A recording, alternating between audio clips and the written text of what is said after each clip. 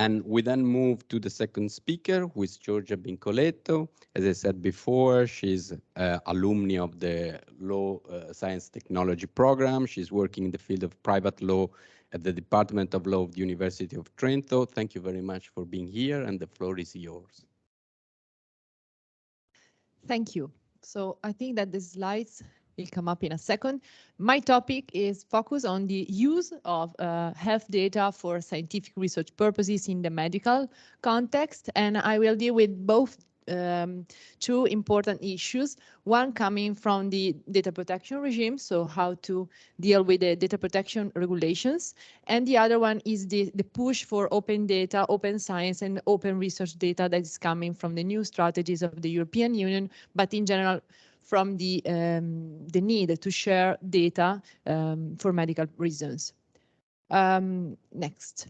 So I will start with some introductory remarks, then I will move to the data protection regime. I will not discuss the Data Act that has been presented before, but I will show some definitions and some aspects strictly related to the use for scientific reasons of personal health data. And then I will discuss the interplay between these two different pieces of law, these different, trying to give some conclusive remarks for the future. So I do not want to define these some important concepts, but because I know that in your PhD research all of you are trying to find a definition or are trying to, in an ontological way, define what is personal data and what is not personal data. But in general, if you want to plan a medical research project, you have to define in advance if you want to use only personal data, and then you should stay in the boundaries of the data protection regime. If you want to use mixed data sets, so for example, adding synthetic data or other non-personal data, or if you want to go out immediately of the data protection regime, trying to use anonymous data from the start, fake data, or if you want to anonymize data.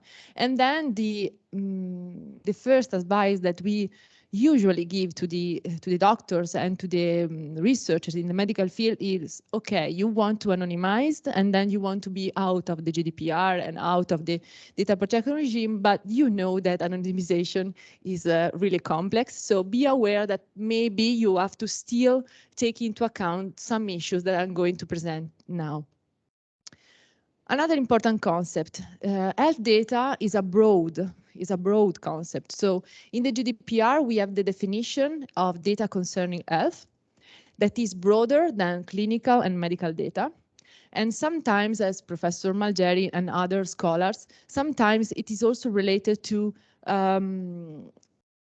data that are really common. For example, the fact that I'm not smoking, or the fact that my father maybe had an heart attack when he was 40, then only this data related to my identity may be not a simply common data, but a data concerning health. And then in the research processes, in the project of medical research, you have to take into account that almost every data you are using is a particular data, so a sensitive data.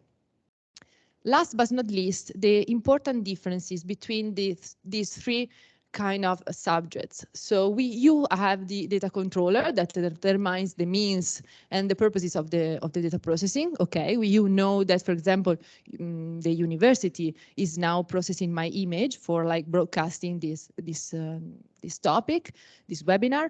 But at the same time, in the new piece of legislation, you may find two different concepts of data owner and data holder.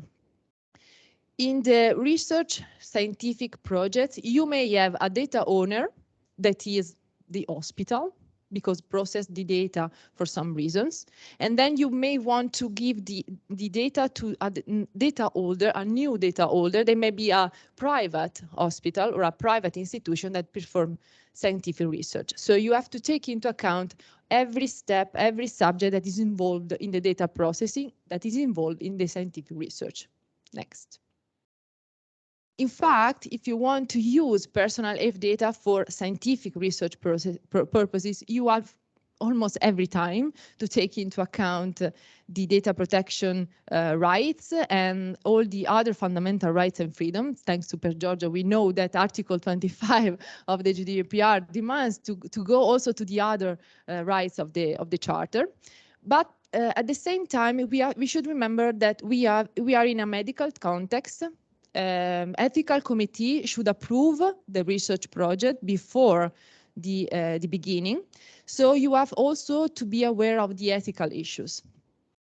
And at the same time, the COVID-19 pandemic, as Professor Di Federico explained, and the open science movement are trying to finding a bridge between the data protection regime and all the pushes for research for improving public health, going beyond the paradigm of me as a data subject. I'm controlling my own data because my data represents my identity. Next. So I will try to find some models for opening health data for research in the European Union, trying to find a way of this complex interplay between open data initiatives and data protection regimes. Next. I can go next. I will focus on the general data protection regulation, but we should keep in mind that sometimes we should also take into account the e-privacy directive and the future e-privacy regulation, because in the research, in the medical research projects, sometimes they use apps, EL apps, that are connected to communication data. For example, the doctor contacts the patient for obtaining patient self-produced data, and then you also have the communication data to be taken into account in the assessment. Next. These are general concepts of the GDPR. You are really aware of one of this concept, but in the medical research domain, they have a particular meaning. In the beginning of a medical scientific project, you should define the purpose of your research, and it is not always so easy to define the purpose of the research, because sometimes you are trying to develop an algorithm, for example, predictive algorithm on neurological problems, and you do not know actually if you are going to use the algorithm for a future diagnosis, so for adding the use of this algorithm in the healthcare provision, so by a local or national provider, or you are only trying to find an algorithm that works. So you are trying, for example, to better process the data you have, and you are not so confident on using for diagnosis. So one problem we have when we write the project for submitting it to the ethical committee is finding actually the specific, really defined purpose for the research and then for the data processing. Another big problem is defining whether you are in the primary purpose limitation context or in the secondary purpose limitation context. Because if you are a local healthcare provider that provides also research, so doctors that are treating patients, for example, patient that have cancer, but at the same time you want to do research because you are a researcher. So you are both processing the data for a primary purpose, that is providing healthcare, but maybe you want to process this data for a secondary purpose, trying to find not a treatment for cancer, but maybe trying to find a prediction on how many months you have to use, for example, a specific product for like healing. Therefore, if you are in the first point, so if you want to collect from now the data for research purposes, finding the legal ground is easier because you ask for the consent of the data subject and you are okay, now I'm starting doing research with the data that I'm collecting during the research. If you are in the second base, so if you are in the secondary purpose context, then it is much more complex to find the legal base, and because according to Article 9 and the definition of particular category of data, you have to find the right exception for basing the research purposes, the second research purposes. In the end, there is important principles of the GDPR, the data minimization principles, that in a way is in contrast with the scientific purposes, because data minimization asks for less data, good processing. If you want to process data for medical research processes, you need more data, you need metadata, you need really a really big amount of data to find a correlation between, for example, diseases, between new treatments. Okay, next. And also, we should take into account the rights of the data subject. In the medical research context, you have to really explain to the data subject what's going to happen to his or her data. So the right to receive information, the privacy policy, should be connected to another document that is the health information document that explains not only, okay, I'm processing data according to the law, and these are this is the data controller. I may send the data to a data processor, etc. You have also to explain what is going to happen to his health, because the patient is involved during the research. So you have to take into account the connection between the right to receive information in the medical context, not only in the data protection context. And of course, the right to erasure, for example, or the right to object is a problem for the medical domain. We may say that you cannot ask for erasure to the data you sent during the research, and then you stop from collecting other data, but the researcher should be aware that it should be questioned. So you should, what can I do? I erase the data during the research or not? How long can I store this data? Next. In the GDPR, there are specific rules for scientific research. Article 5 states that there is a priori compatibility between the primary purpose and the secondary purpose for research, scientific research, but we should at the same time find a legal basis also for the second purpose. Therefore, this a priori compatibility is much nothing in front of the fact that you have to find the legal basis. And then you can, in some cases, not inform the data subject. And in the national law there are some implementation of Article 14 in a way, because if the patient is involved in the medical treatment but does not know what is his or her real condition, you cannot inform the patient by creating some psychological consequences and other stuff. So another time is really complex, and you have to be aware that the research exception under Article 9, letter G, the one that I mentioned before, ask for union or member state law implementation. Therefore, if we speak about the data protection regime in this context, as comparatives, for example, we should be aware of the national differences between law. You mentioned before Italy and Spain. Actually, France is better in this context because France modified Code de la Santé Publique, creating a legal base for reusing the data of the French version of the electronic health record, creating a really complex system that asks for authorization to the Data Protection Authority, Commission Nationale per la Santé, etc., and then applying some standards and conditions. So they have a legal basis on really using the data without asking for the consent of the data subject. Next. Before you notice that I asked for the final guidelines on the data processing in the medical scientific context. Nowadays, we only have this preliminary opinion of the EDPS that is mainly focused on the need when you are performing a medical scientific processing, so a scientific project, you have to ask for the consent to the patient, because the other legal basis demand for laws for national or member states or European laws.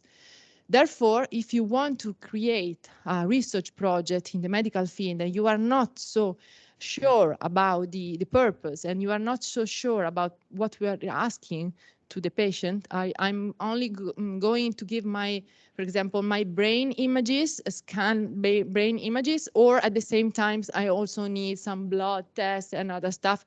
If you need to ask the consent, you should be really specific from the beginning. And it is complex for a scientific research. So we need for new basis, for example, the public interest or the legitimate interest basis. Yes.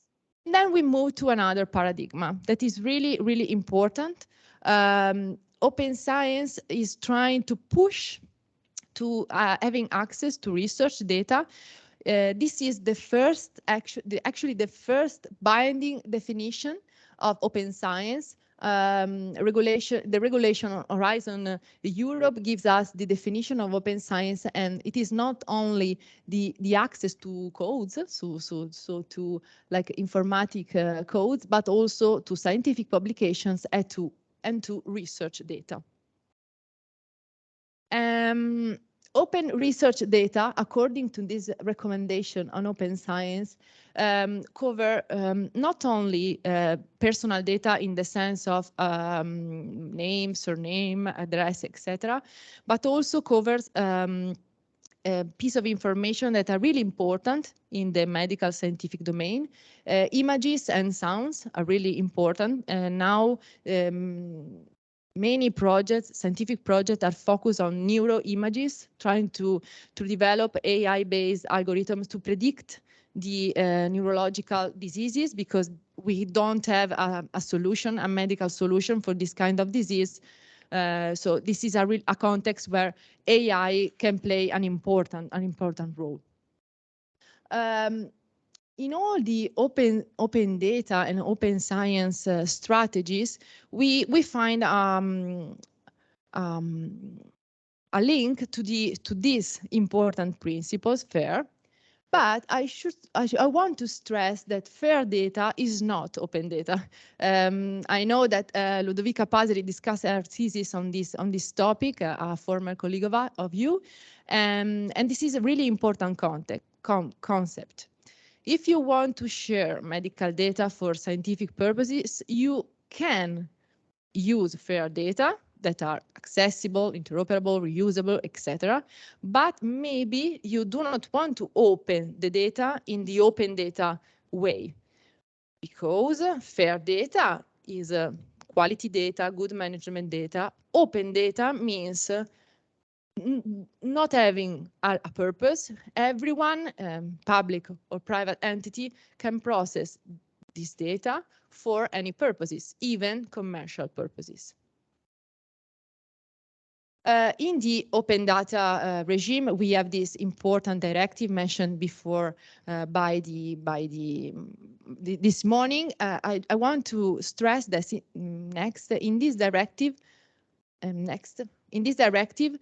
we have once again a definition of research data that has been also implemented in national law. For example, in Italy, in France, they translated pretty much in the same way this definition.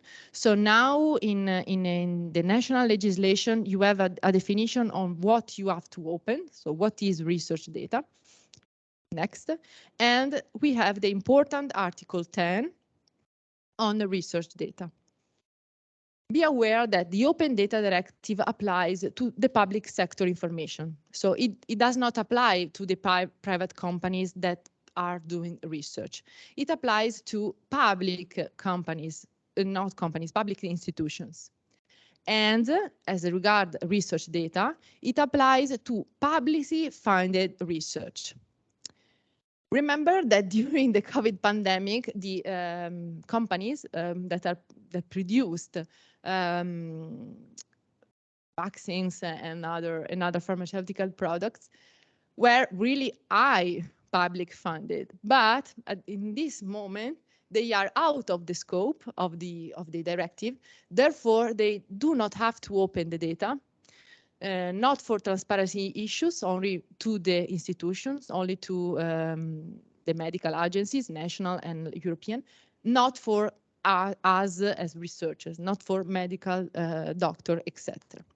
In this article, I just want to stress that there is another important concept always stressed in the Open Data Act, that is, you have to open the data as possible, but you have to close them as necessary. Please. Next. This means that you have to take into account not only some limitation, and I will go there in a minute, but also on the purposes on what you are doing, because you have to closing, for example, to commercial or other purposes when you are open the data. Next. So on the basis of this new article, 2019, for example, Italy implemented it in 2021, December, before Christmas. Other countries are still implementing it. On the basis of this article, member states are mandated to adopt policies for opening research data, for the reuse, for data sharing, but at the same time, it is limited to the fund public scientific research projects, and it is limited to some conditions. We have the beautiful reference to the open data by design and by default that I love, of course, but there are some limits. So next. The pre-existing limits to openness are not only the guarantee of the right to privacy and to data protection, but also the intellectual property rights. Francesca before mentioned the confidentiality and the other and trademark problems. Actually, according to the Open Data Directive, you have to always safeguard intellectual property rights, confidentiality issues, national security purposes. So think about all the police directive and the other purposes, and also a general concept of legitimate commercial interest. So maybe beyond trade secrets. Otherwise, when possible, data can be made available under open licenses, for example, in Zenodo and other databases.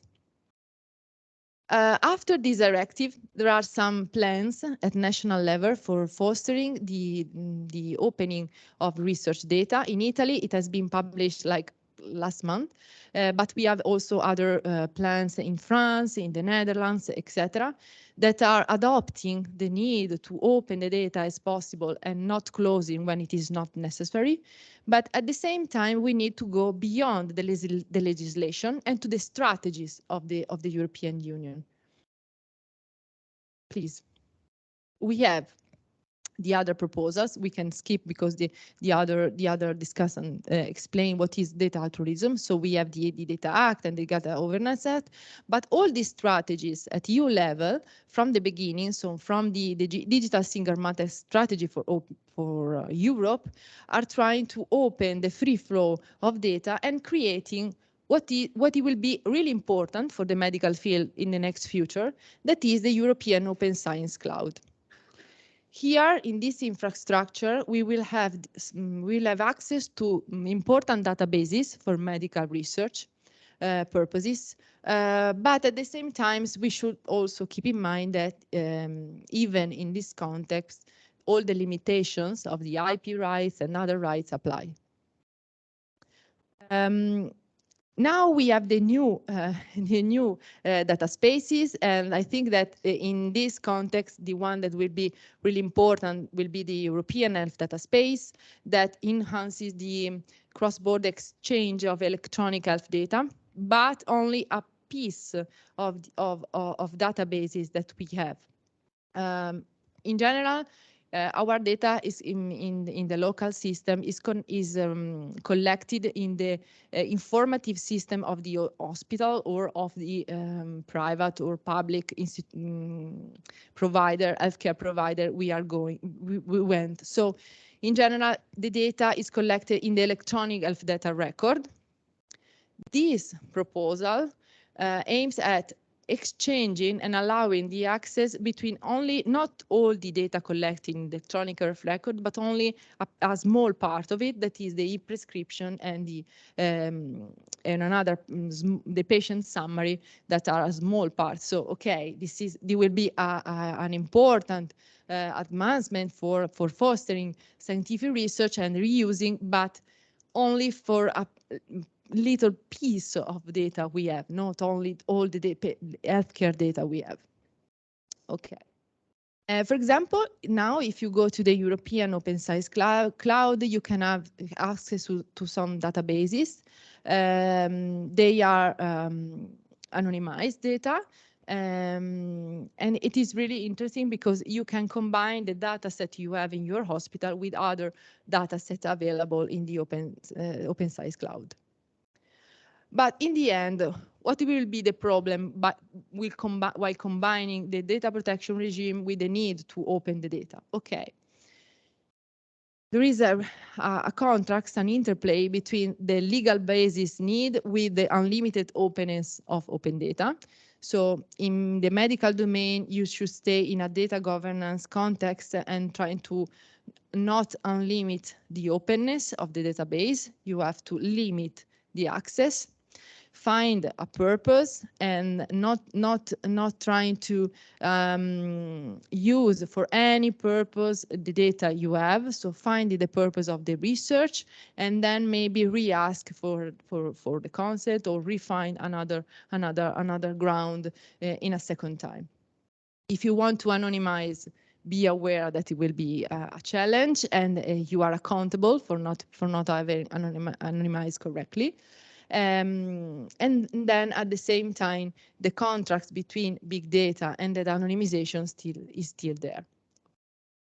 Be aware that the intellectual property rights are not only patent, copyright, and, for example, trademark and trade secrets, but in the medical domain, there is also the sui generis right to the database that protect databases, and the data exclusivity rights that applies to pharmaceutical products.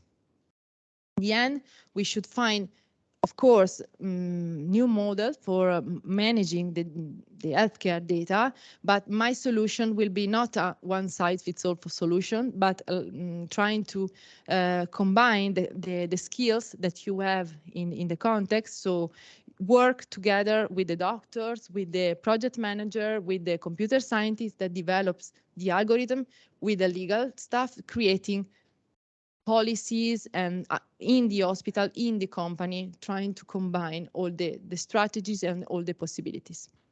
Thanks. Thank you very much, Giorgia, for this brilliant presentation.